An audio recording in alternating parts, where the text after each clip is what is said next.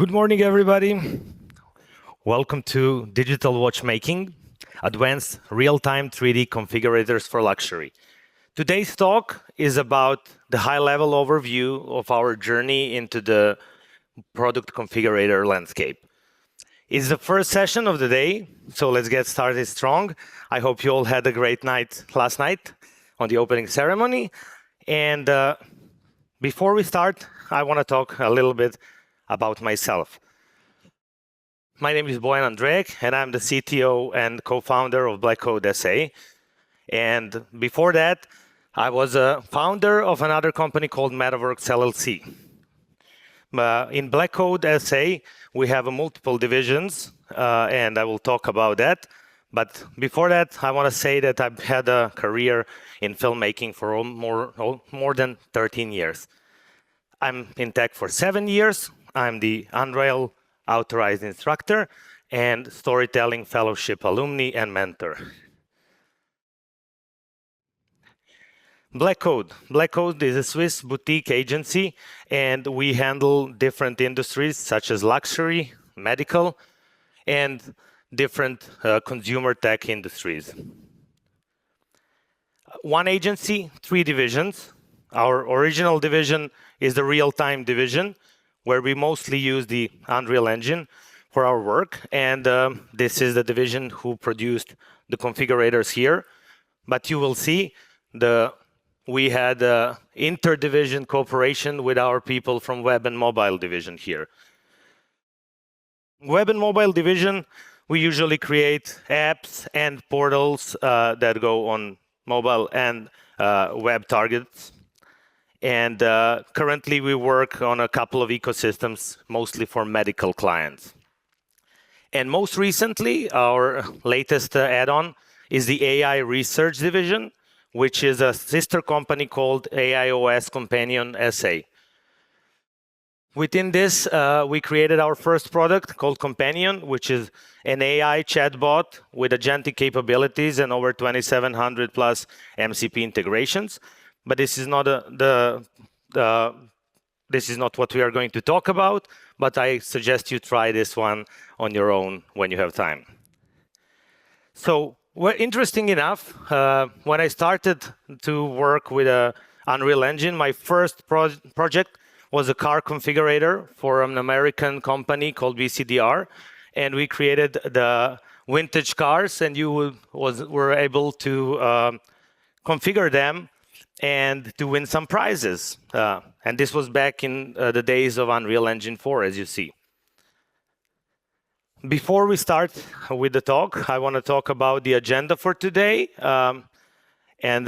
We are going to start by defining the problem and talking a little bit about the configurators and what their purpose is. Then we will talk about our journey through 3 generations of our product and how we evolved from the variant manager to custom systems and what we are doing right now, because the latest generation, or V2, is something that we are still working on. So it's in development. And after that, we're going to talk a little bit more about this technology and how it can be used for more than just watches. So before we start, I want to ask you, did any one of you use any configurator, let's say configure the car, or maybe because we're in Sweden here, did an IKEA renovation project with some of their configurators, or maybe, I don't know, even bought a watch through this? So if you can raise a hand, if anybody used the configurator in their life, that's good, reassuring. A lot of you know how this works and how it functions. So let's talk about the configurators and what they are. Most of the people think that they are about the visual renders of the products, but we beg to differ with this because we think they're much more than that. Because we know that most of us here will probably never buy a Porsche, but a lot of us went and created our GT3 RS just to see how it looks, even though we cannot probably afford it. So it's not for sales only. It is about the brand and the connection to the customers. So one of the first areas of what we think configurators are, they need to do the exploratory, to make the exploratory journey for the customer or just the brand lover a nice experience. Personalization is the second part of it. We believe that obviously if you are configuring something, you want to be different than anybody else maybe and create your own imprint on this product and create a unique product to yourself. And we think that the confidence is a really big important part of this, because when you do this, when you create this product through any of the configurators, you want to have the confidence that you will get what you want to get and that it will not disappoint you. So we believe that you fall in love through the product before even getting it. I want to talk about two different things here. One is online or offline static catalogs. And this is something that's been around for, let's say, since 1800s, maybe even earlier. And we don't have any problem with that. I think that they are still needed, and offline or online static let's not call them configurators, catalogs are something that has its own way of doing things and is useful. But we do believe that digital configurators so that we can produce nowadays, and we can produce them with much better and better quality than before, are something that drives much more engagement in the industry that you are going to be representing if you build one. They are interactive, they are personalized, as we said, and they are real-time. And this is all thanks to Unreal Engine with all the capabilities that is providing us with all the new stuff that is available since version 5 and on. And what the problem with offline and static catalogs, they're limited and they're impersonal. So what do we think about when we are building the configurators and designing these systems for our clients? There are three imperatives for us as a company here.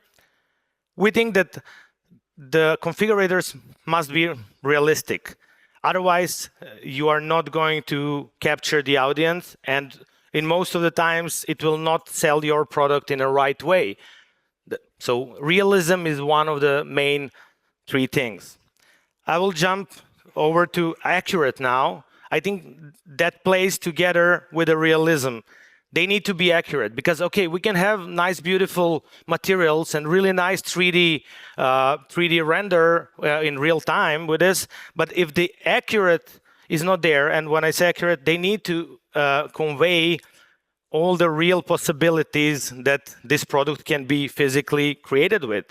For example, we know that in gaming technology, you can create whatever you want. You can imagine any worlds, but for the configurators, you cannot do that. You need to ground things in reality, so all of the configurations that people create must be feasible. And the last is they need to be intuitive. When I say this, we think about the UI and the experience itself, because if it's not easy to manage and work with these softwares as a customer. Let's say the user experience suffers and then they don't serve their purpose. So these are the three challenges that we always think ahead of when we start doing the configurators in our company. Unreal can do it out of the box. So you tell me, who heard about a variant manager in Unreal? Please raise your hands. Okay, it's a little bit niche, so not many of you, but if you ever used it, and you probably even if you don't know about it, if you open the Unreal Engine and you went to the template section, there is something called Product Configurator. There is a guitar, nice picture. That's variant manager-based template. And you can spin that off, and you can immediately have your configurator. It looks really nice. It looks cool. And it works. It has a UI, and you can probably easily change it if you have any technical knowledge and put your own product inside of it, put some other materials. There is a pretty nice interface for that, but that's not the entire requirement. Most often than not is that clients need much more than just this. And we will come to this, but our first generation is based on this template. We did just this. We started it from that template, and then we built something that exceeded our expectations at that point. So real work often requires more. And these are the 4 areas that we think is where the variant manager from Unreal lacks in the first place. Scalability. It's not easily scalable because you cannot control it through the data. Flexibility. It's not flexible. That's what we found, because the UI that you get there is nice, but to change it, it's also even data-driven to some degree, but if you want to change something in it, it's a lot of manual work, and we went through that, so that's why we are telling you this. And data-driven design is what is missing. It's not fully true, because you can extend Variant Manager to do the data-driven pipeline, but from a template, it's not what's happening there. And then ease of use and reusability. Ease of use is, let's say, to some degree there in the Variant Manager, but not to the full extent. And reusability is totally not there. When I'm talking about reusability, I'm thinking of creating one product, one system, and then easily reusing it with other products or for different clients. And every time you want to do this with Variant Manager, you will need to probably create half of your system from scratch. So let me just take a water. We came to the part where we start our journey and where we are going to talk about how we evolved from Variant Manager to what we have now. It took us 3 overhauls of the system to get where we are right now, and we are still working on it, and we are still expanding. Our first generation, which called V0, was based on the template I just mentioned, and it was built for a client and shipped, and I will talk about it. Our second generation is our first attempt to create this experience through completely custom logic without relying on any epic tools like Variant Manager, but designing it from scratch. And the third generation, or V2, is our latest try to do it even better and to design it from scratch once more when we learned what the problems were in the previous 2 generations. Variant Manager-based configuration that we built is for a brand called Norcane, and it was built for the Watch and Wonders 2024. You can see the video. I'm sorry for the quality, because we are streaming this from web. We needed to make it a little bit compressed. About this project, it was a short deadline. Client approached us. They had only 4 months to create this. It was fairly simple. It says 10 options, but I think there are a little bit more. It used Variant Manager from a get-go. We started it with a template. But that's where the things end, That's where we needed to step up and create different things that were non-existent. We needed to connect it to Shopify and to custom CRM backend. We ported it to WebGL manually, I must say, to Play Canvas. And we integrated UI a little bit with minor customizations because Variant Manager doesn't allow for rule-based UI. This is the architecture of this early system, and it was much more than just Variant Manager. We had an Unreal Engine on one side, which had everything baked in. It was just a normal template with a Variant Manager, but it had some minor UI tweaks. We connected it to the custom backend we built with Node.js, where we stored sessions, customers, and other data that were streamed in through the API inside of the Unreal Engine. And it was a two-way communication, but not real-time two-way. And then on top of that, client wanted us to build a custom CRM and to port all of this to Play Canvas, which we did. And it was a manual labor, and a lot of time was spent to convert the PBR materials, all the meshes, optimize them, and move them to the Play Canvas. This created a lot of problems. It was not intuitive, it was not easy to do, and it was really, really hard to maintain. Updates would need for any update, you would need to rebuild the Unreal, and you would need to manually fix everything in Play Canvas. And doing any changes in backend would require you to also do that again.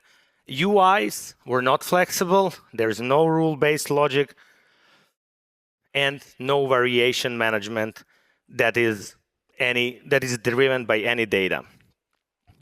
Building this was really awesome, and we were proud of it, but it was a hassle maintaining it. And in the end, the client dropped the Unreal Engine version. In the end, only WebGL remained, and it's still operational to this day. That's when we decided to do it all over again, because we got a new client who wanted something similar, but we realized that this system will not adhere to what the client requirements were. This is when we started with a custom approach, or generation 2, and this is something we called V1 in this space. We identified 3 key points for improvement here. We said we need to have a data-driven design, because configurators usually require that. We need a procedural approach for our UIs, and we need procedural approach for our UIs and for everything that we can generate procedurally. And we needed a lot more automation. So managing the pipelines, managing everything, creating the PDFs, doing the configurations, all of that needed to go in some sort of automated pipelines. So let's talk about a data-driven design. From V20 to V1, this was the biggest change. We decided not to use the variant manager, so this is where the data-driven design comes in. We created our own assets, structs for different watch elements, for components, for variations, for the palettes, and for the rules, most importantly, because we will find that one of the biggest challenges in this industry is that you want to define what goes with what. Otherwise, systems usually don't work in real environments. The second thing that we needed to do is we decoupled the UI. This was for this particular client. The request was the big showroom. So we needed to decouple the UI. And in this case, Unreal became the renderer engine that owned the data and that owned all the configurations. But the control was done through multiple touch screens.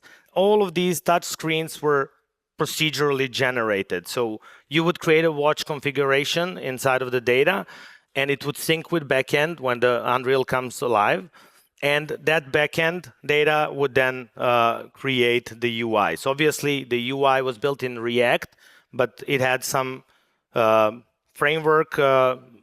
It was basically a framework for the data, and the data was controlling how we render things. We also decided that we need a better camera system, because in the camera system with Variant Manager, you have just one orbit, zoom, and that's it. We decided that that doesn't fit all of the scenarios. So if you want to focus on some elements, you would need a different camera views, and that would be a manual thing to do. We decoupled it and made it rule-driven, and also made editor tools for managing this inside of the Unreal, so our tech artists can just create different cues and also even limit the orbiting capabilities of each camera, and then that would be driven by the data. We decided that the PBR normal shader materials are not good, and they're baked, and they're like really, really hard to manage on a larger scale. So we created a fully new material system with a really complicated master material that had a lot of options, and we derived our entire physically accurate pipeline to get these materials from this origin. And it was data-driven, and we also had tools that you can imagine new material with different layers and finishes. If you want like brushed or radial brushed or whatever, you would just put that in the data, and then you say which material it would be, like gold. It can create that material and assign it to your meshes, and this was all done automatically to some degree, I must say that. Managing sessions, nodes, and outputs. We're now talking about backend and data. In this new version, backend became much more active in the role of managing the system. It was not just for holding data or building UI. We also exposed the admin backend to our clients, where they could have edited some minor UI changes. But most importantly, it was used to handle sessions, customers, save data, PDFs for manufacturing, PDFs for the client. It can render automatically photos or videos from Unreal. And it can also take notes based on every single station. So during the configuration session for these watches, there would be a salesperson who take these notes, and this goes directly to the manufacturing after the orders. And this was the new architecture, and you can see that it looks a little bit more intimidating than the previous one. I must say that all of these services were Dockerized, and we are currently using 2 different servers. One is for real-time 3D, where the Unreal Engine lives, and that's where the data ownership about the system is. And then we have 3 containers. One is backend, one is admin container, which just works with the backend, and then there is the front end, which basically renders all the station UIs, which also comes with a controller panel, so the admins during the session can troubleshoot all of these stations if something goes wrong, or turn them on or off. Also, one important thing, we expose Socket.io and external APIs, because this is our system, but it also works with other systems of our client, so they can stream in the data in and out in this system and check the health and whatever they want to do. I cannot say more about this at this point. And everybody thinks the configurator is about visuals, but it's really about the architecture, and these are the plugins that we made for this. These are just the sums that I wanted to talk about. The main is the data plugin, which runs the entire replaces variant manager, basically. And then we have a camera system, video player. I didn't mention that, but I will, because you can also play videos from the stations. That's a marketing part of it. Socket.io or communications plugin, editor tools for all of this, and material system. And the results were awesome.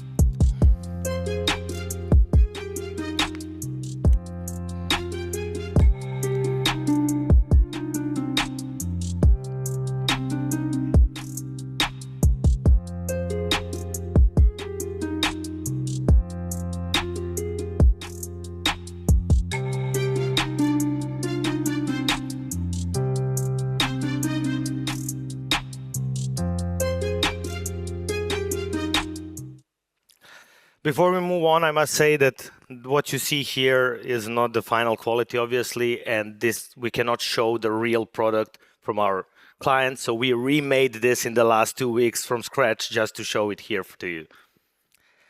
And we were restless. We didn't like this. We realized there are so many problems with this. So we decided to improve it even further. We started once more from scratch, as I mentioned. This is the latest generation, and it is currently trying to solve all the problems that we encountered through the first 2 generations. And there are quite a few architectural changes and approaches here. Also, it is trying to be the configurator, because the previous 2 ones, in our opinion, were pretty narrow in their scope, and they were targeted for the clients that had a specific need. Now we are trying to break through that mold and pattern and create something that is truly unique and usable for everybody. First, let's start with the problems we identified. We know it worked, but data ownership, which was the biggest change from generation 1 to 2, was baked into the Unreal. And yes, it was patchable to some degree, and changes were easy to make, but they're easy to make for technical artists. And through the work with our clients, we realized that they don't know what they want. They want to change it all the time. They want to play with it, just like you guys, the customers who are playing with a configurator want to play. That's the same with clients. So we decided that having data into the Unreal, even with all the capabilities to patch it somehow, is a slow way to go forward. Authoring flow, even though we created all of those editing tools before, that was not enough for us, because we still identified there was some bottlenecks in some variation creation processes that required us to rethink some things. Editing flow versus runtime. If you remember our generation 2 schematics showed the Unreal as one part. We decided that that's not a good way to go, and we wanted to divide the projects into the runtime and editing environments so that everybody can do editing on their own without really jeopardizing any runtime capabilities of this system. Flexibility, that's one of the big problems. It was flexible, but not enough in our opinion, because it required a lot of manual work and rebuilds if something goes wrong or you want to change the course of this project. And then usability, it was great for the last version was great for big clients, but it was not good for small ones because it required a decouple UI, big grandiose rooms to do this, and it's not for everybody.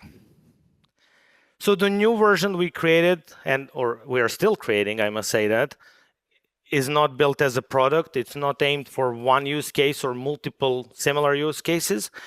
We're trying to build a framework here. The biggest shifts comes into these 4 categories. First of all, the previous 2 ones were built mostly in blueprints. So anybody who wants to try and is not a C++ programmer still can do it. But we decided that blueprints have their own way of doing things, and they force you to think in one way, while C++ approach opens up all the possibilities. Data ownership, as I mentioned, is now moved to the backend. And yes, we still create the assets inside of the Unreal, but those assets are editor assets. They become the data assets on the backend. And in runtime, we use just the transient assets that are created again through this process. But also we can manage everything from the backend. And if somebody wants to change the name of the color, there is no need to rebuild anything. You just type in and click save. Lightweight runtime, we are now considering our Unreal Engine runtime as a target. So it comes with the minimal setup. And within this minimal setup, it has all the tools to render whatever we need it to render, and we can patch it through DLLs and other methods. And the data from backend can push those changes as well. And it's multi-platform from a get-go. That is the idea. Because if you remember, we were working with the WebGL, and a lot of our clients want to have the web version of their configurator. So we are building in from a get-go, as a first-class citizen, the exporter that will export all of these assets and create the WebGL version automatically without the manual hustle. Benefits of this approach, I can just say one disclaimer, we're still testing this. We are working with a client on this, so we are not testing it alone. And these are the early numbers for some things that we noticed. Freedom to create the features fast in C++ is really, really a good thing. Because a lot of, as I said, a lot of things in the blueprints do not expose everything that we need. And doing it on a lower level gives us optimization, gives us much faster editing workflows, and much more stable environment. We already see the huge improvement and measurable benefits in system management and authoring and ingestion. 65% reduction in time required, and this is going to be even faster. when we finish all parts of the system, in creating variations and configurations. And up to 95% more flexibility when the client comes and says, I want to change something, they can now do it themselves pretty easily without any technical assistance. It's fully patchable because we have that light runtime. Now everything goes through patches, and you can create the assets and you can divide the work with that editor component through your different departments. And some of them can make materials, some of them can make components, some of them can then work on variations. And all of that can be just packed as one patch for one part of the system. In a previous system, this was also possible, but you would need, because all the assets were interconnected already in Unreal, if you have one watch, you would need to patch it fully without the option to just change some parts of it. And many more. So I will quickly just go over to compare these versions. There are a couple of spreadsheets here. I don't want to go over every single one of them. Data ownership is the biggest shift throughout all three versions, from no ownership to UA ownership to backend owned. And then we have this upgrade policy that we just mentioned, that we can fully patch data to the level of one material if we want. For authoring and visuals, the biggest change is in UI. We came all the way from hard-coded, embedded, to dynamic, decoupled. Now we are going to the dynamic, decoupled, and embedded. So now you don't need to have big setups.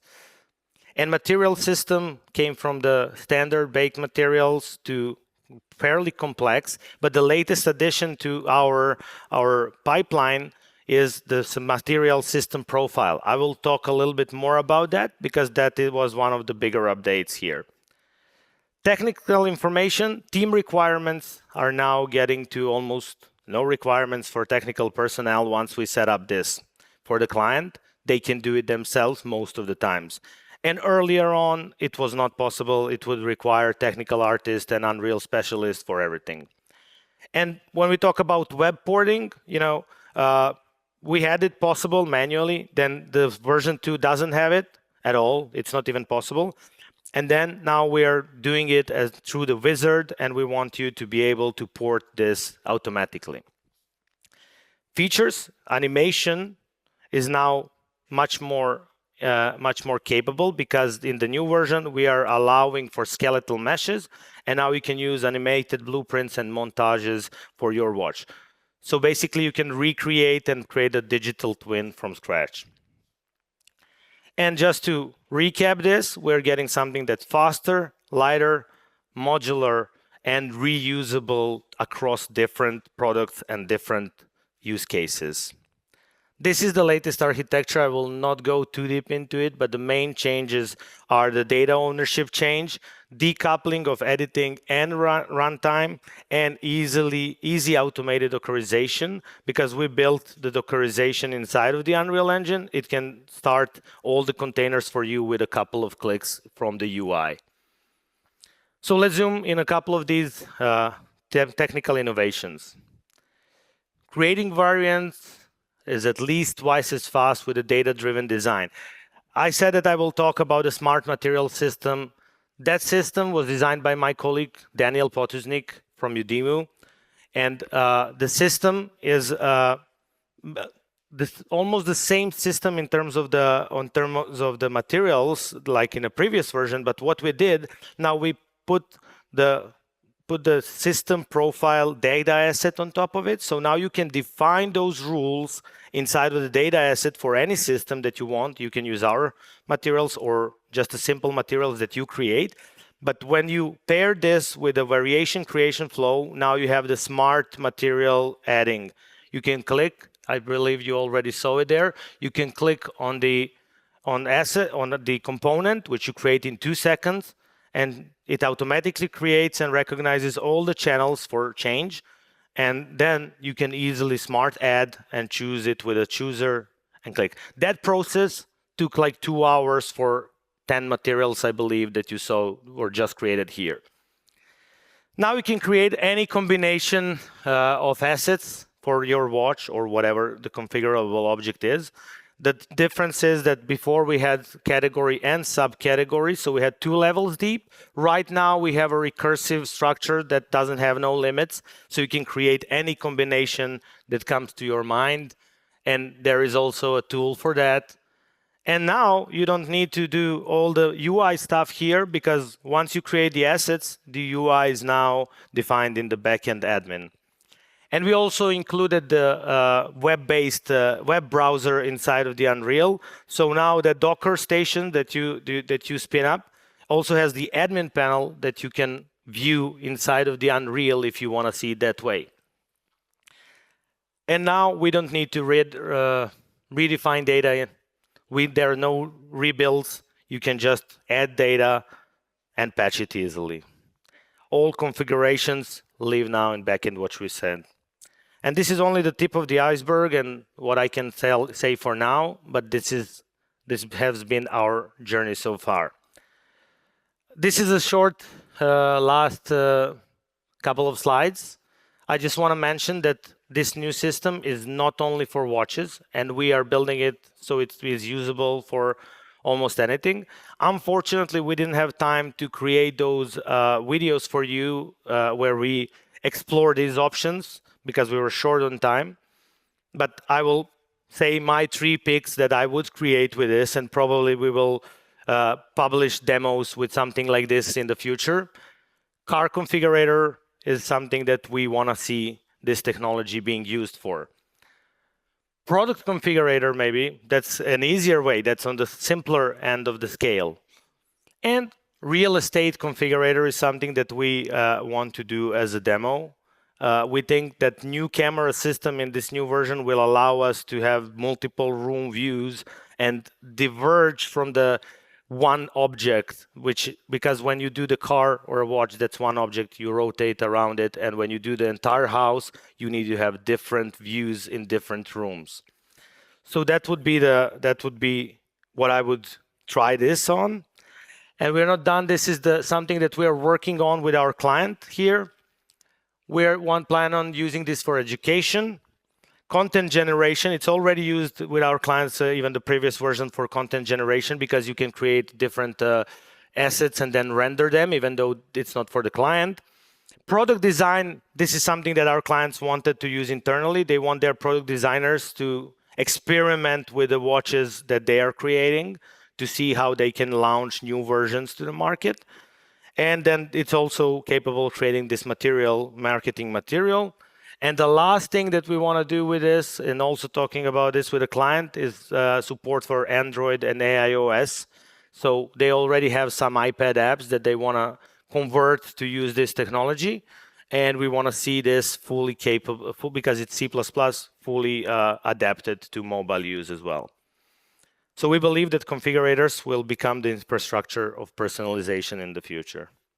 And I want to do a special thanks to Aliasing, a company that did assets for our talk, because we needed to recreate them, as I said, and to Daniel Potuznik, who helped us build a system profile, material system profile, and provided us with his material assets. Thank you for your time. That would be all.